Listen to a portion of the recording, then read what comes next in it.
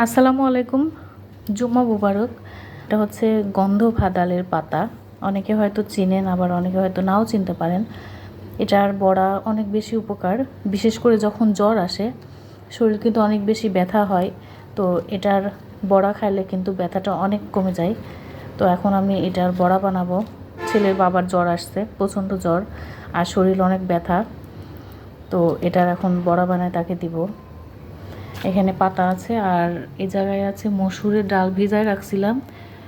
মসুরের ডালের ভিতর দিয়েছি পেঁয়াজ আর কাঁচামরিচ। এগুলো সব একসাথে ব্লেন্ড করে বড়া বানাবো। পাতাগুলোকে ব্লেন্ড করে নিয়েছি।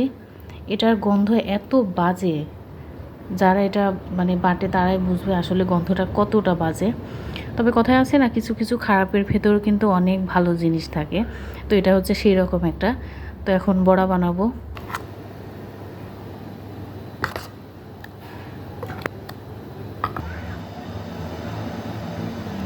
বাটার সময় আমি কিছু পেঁয়াজ দিয়েছি, আবার এখানে কিছু কুচানো পেঁয়াজ দিয়ে দেবো, খেতে ভালো লাগবে।